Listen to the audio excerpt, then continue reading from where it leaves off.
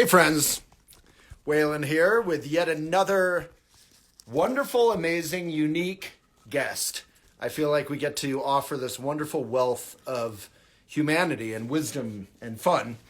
Today I'm going to be with Scott of Sky Cave Retreats.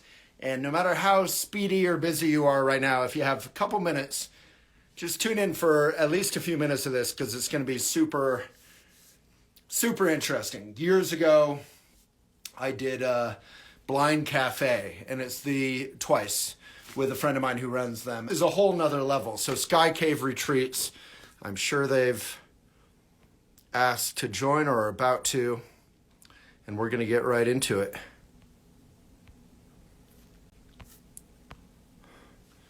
All right, well, hold on for a second. So how is everyone? Where in the world are you right now? I'm in Boulder. I'll give you a cute little view of my doggy, my new pup. You can see it's a very high stress day here at the Lewis household. Where in the world do you live? And have you ever had an experience of darkness therapy? We're going to get into what the heck that is with my guest in a moment. So the Sky Cave Retreats, which we're about to talk with, is, I think, near Seattle, is Southern Oregon. Oh, here it is. All right. It's go time.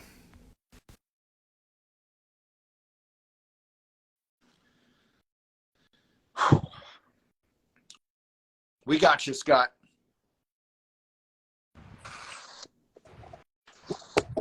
Hello. Brother, Hi. welcome. Are you going to have good Wi-Fi out in the gorgeous middle of nowhere? Yeah, usually. Okay. Thanks to Elon. What's that? Thanks to Elon? Yeah. Yeah. Something fewer and fewer people are saying these days. Yeah, we get thanks for our Starlink out here. It's been a big upgrade from where we were before. Right. Nice. Yeah. So let's jump right into it. It's really good to meet you. Yeah, nice to meet you. I want to meet you. I want to meet you in person, like desperately, because I'm so excited by what you offer. Yeah. Awesome. Well, we'd love to have you out here with us. I'm coming. Yeah. I don't have a car, so I'll bike out with my rescue pup, but it'll take us a couple days. Yeah. So can you, for those who don't know, where in the world are you? Who are you? And what do you do? Yeah. What do you offer? What is this? Yeah, cool. So my name's Scott, and founder, creator, host of the Sky Cave Retreats, which are darkness retreats that we do out here in Southern Oregon. And we're talking literal darkness. Yeah, so the darkness retreat, they're pretty much look like hobbit houses. They're built into the earth. So you're pretty much, you walk down steps, you're enfolded in the earth in about a 300 square foot room.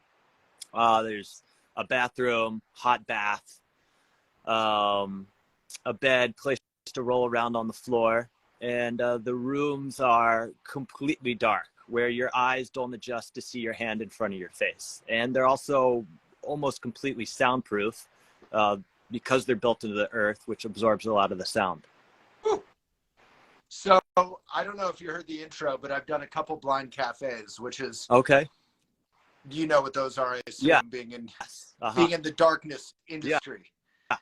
But so for those who don't know, blind cafe is often totally different thing, but it's also darkness. You can't see anything. There's really literally no light, no phones, of course, no candles.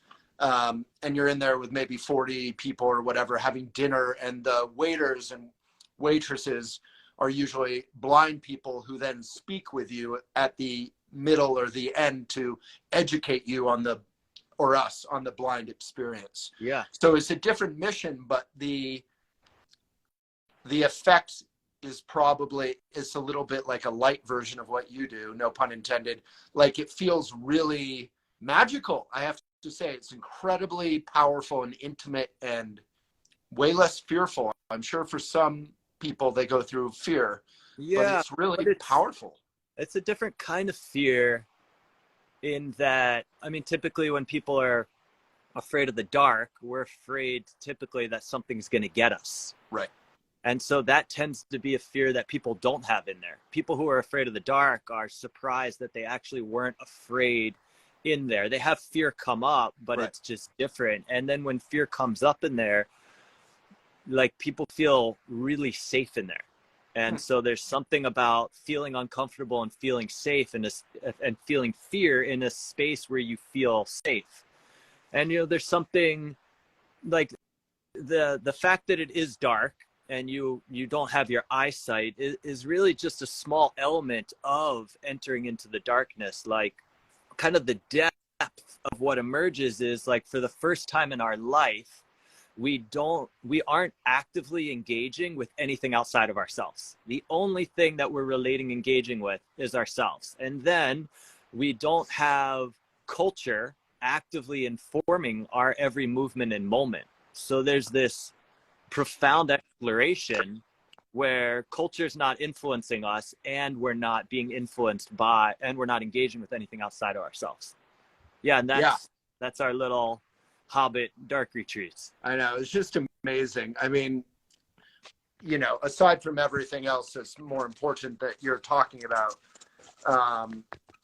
the aesthetics, the stained glass, the Hobbit kind of house feeling, the fact that you're surrounded by how many acres of... Yeah, we're surrounded by hundreds of thousands of protected wilderness. So we're tucked out. We're tucked back here. What an offering. So how did you, again, no pun intended, how did you trip into this wonderful path? I, in my early 20s, had like a disillusionment with the things of the world. And so I wasn't really aspiring or achieving in that, and got turned on to spirituality and went off to Alaska, spent months in a cabin off in the woods. I spent a year doing a lot of Goenka's 10-day Vipassana courses. And then I spent a lot of time out in the mountains in Baja. And so prior to my first dark retreat, I'd spent a couple of years in solitude over the course of 7-8 years. Somebody mentioned a darkness retreat to me in 2011, and I was committed to making it happen. And in 2012, I did my first darkness retreat. And so typically people go in now for like 3 to 4 days in the dark with a day before and after, settle in and integrate. And in the building, we have a double pass-through door. So there's a cabinet that has a door on their end and a door on our end. So we can open our end, put in food, and it stays light sealed. And then they open theirs and can grab the food. So it looks like you saw the questions. So there's some questions about like, how do people get food? Yeah. How do they, how do you go to the bathroom? How do you take a bath? How do you find your bed? Those are common questions. Yeah. And what a lot of people come to find is because there's no other stimulation, there's nothing that they're distracted by or engaging with, and because they're not in a rush, people find that they actually navigate around the room fairly easily because they're moving slow, they're feeling. I mean, the whole experience, like being at in a place to eat where it's completely dark, is you have to pay attention, otherwise you can't function. But in our day-to-day where we're in the light, you can do stuff kind of half mindfully because you can see. But in the dark, you have to actually be fully present. And otherwise, do you see? I'm sorry. Go ahead. Yeah, no, I said just otherwise you're going to hit your head. So every step you're consciously taking. So do you see? Are you introduced to the cabin, the layout with it being light, or do you just go in with it being dark? Right. Yeah, so people arrive in the afternoon, and there's lights in there that have like child-proof things on there so people don't hit them when they're in there. And so they have that evening, and then they have the whole next day where they're in there to be able to see the room, see what the food looks like, see what the containers look like, and weave in and out of that dark. And then the second night that they're here, they go fully into the dark. So we got TJ and Jax. I'm going to assume you have met each other. If you have any comments or questions, I'd love to hear more from someone who did this. So interesting. Yeah. The fact that you're in there for days, so much more depth. I mean, the Blind Cafe, which I was describing, is a couple hours, and it's transformative. I mean, as seeing people who, like you said, are used to sort of mindlessly enjoying all the luxuries of knowing where we are and colors and TV or whatever.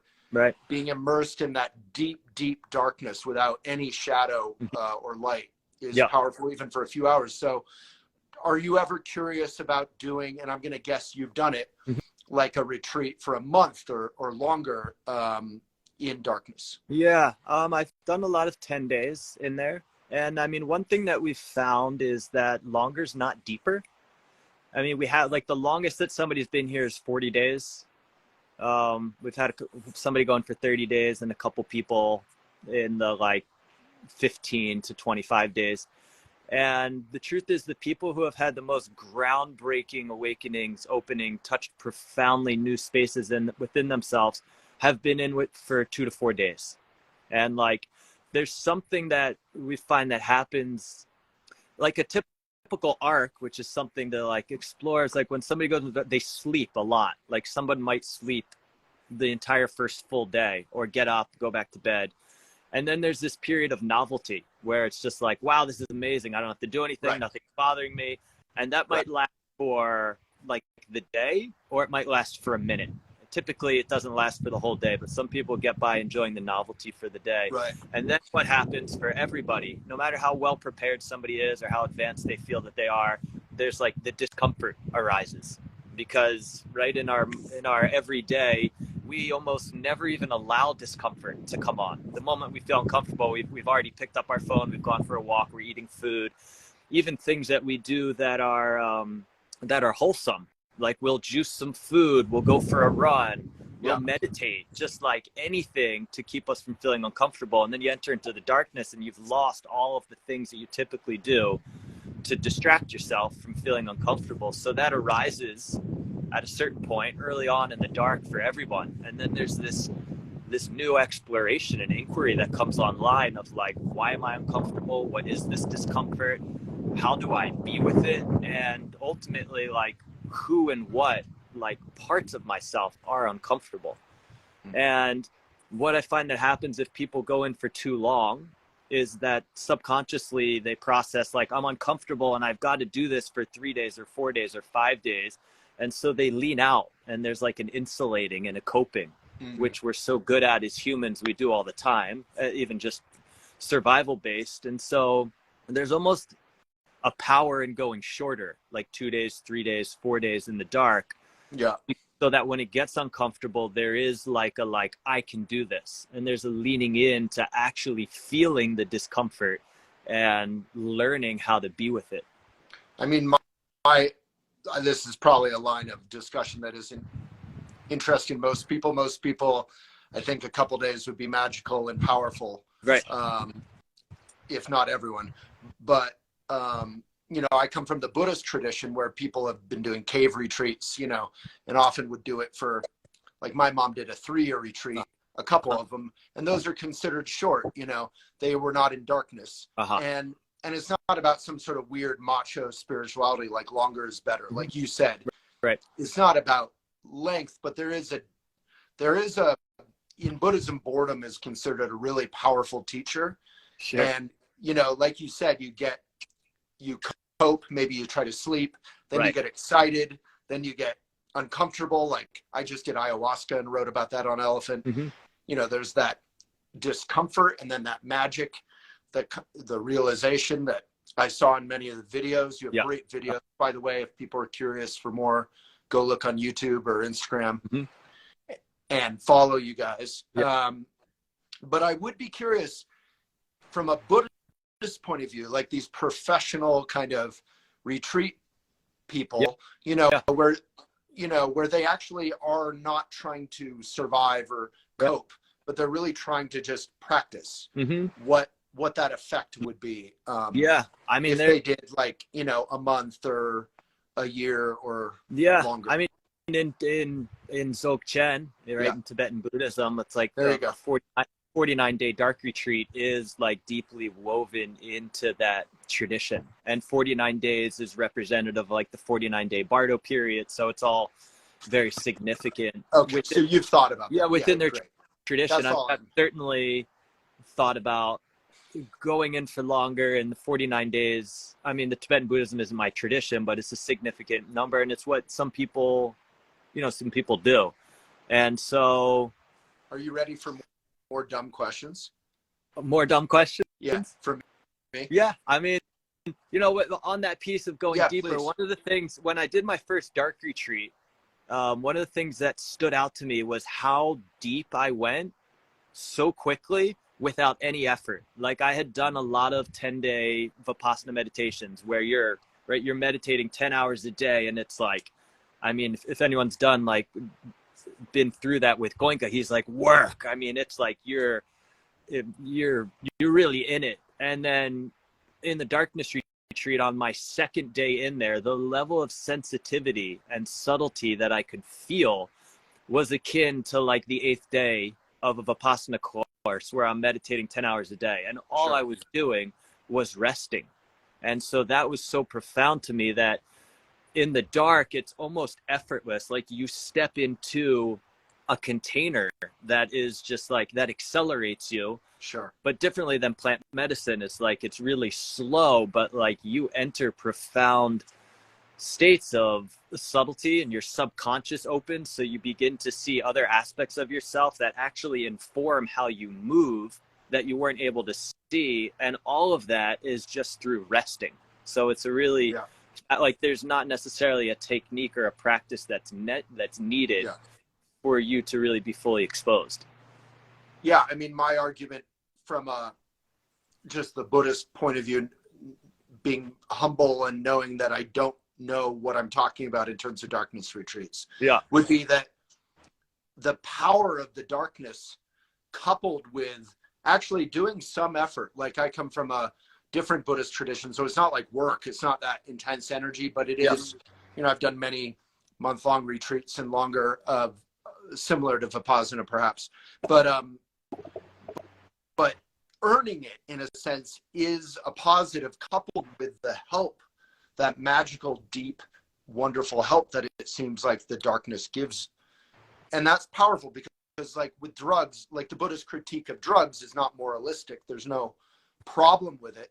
But the critique is you're kind of not earning it in the sense that, like when children learn how to play on jungle gyms, they do step by step. And that's how they learn how to do it safely. If they could just go to the top and fall, then it's more dangerous. So, if we can earn it and use the power of the darkness, then we kind of know how to do that in our daily life. Which I would assume is part of the point. Like, how do we bring this out? Yeah, I mean, that's an interesting, like the earning it is, like, that's one thing that I find is unique and different in the darkness, because we've had lots of people go into the dark who have their spiritual practices and their breathwork, all the things. And when they come out and I ask them, like, did you touch new ground? And what was it that brought you there? It was never their practices. It was when they stopped using them and they just finally surrendered and softened. And so there was this like this interesting movement in the dark that it like pushes you, it like moves you to surrender, where you're not using the tools that you typically use, because at that point you're almost reinforcing what you already know. But when people come into something that's totally unknown to them, it's when they've totally, like surrendered and. But I'm not arguing with that. Like, I don't mean earned it again in that macho way. Like, I earned it. But you made there's the effort. Well, but the effort, not in the sense of effort being better than surrendering, because as if you know Dzogchen, the ultimate meditation, you are letting go of technique. You are surrendering. There is no effort in the ultimate Buddhist meditation, but just in the sense of earning it, so you like know, because the point of this isn't just to have a tourism experience. That's an interesting. Like we actually, one of the recent videos we made was about people comparing and contrasting plant medicine and dark retreat. Not that they're the same, but that like just because people relate to plant medicine, because a lot of people have. So it was a way that we could like kind of attempt to have people be able to relate to darkness retreat with something else that they relate to. And one of the things that stands out for people is that with plant medicine, it's like they take a leap. They've gone from here all the way up to here. That's what I'm kind of saying. And then how do you bring that into your life and into the world?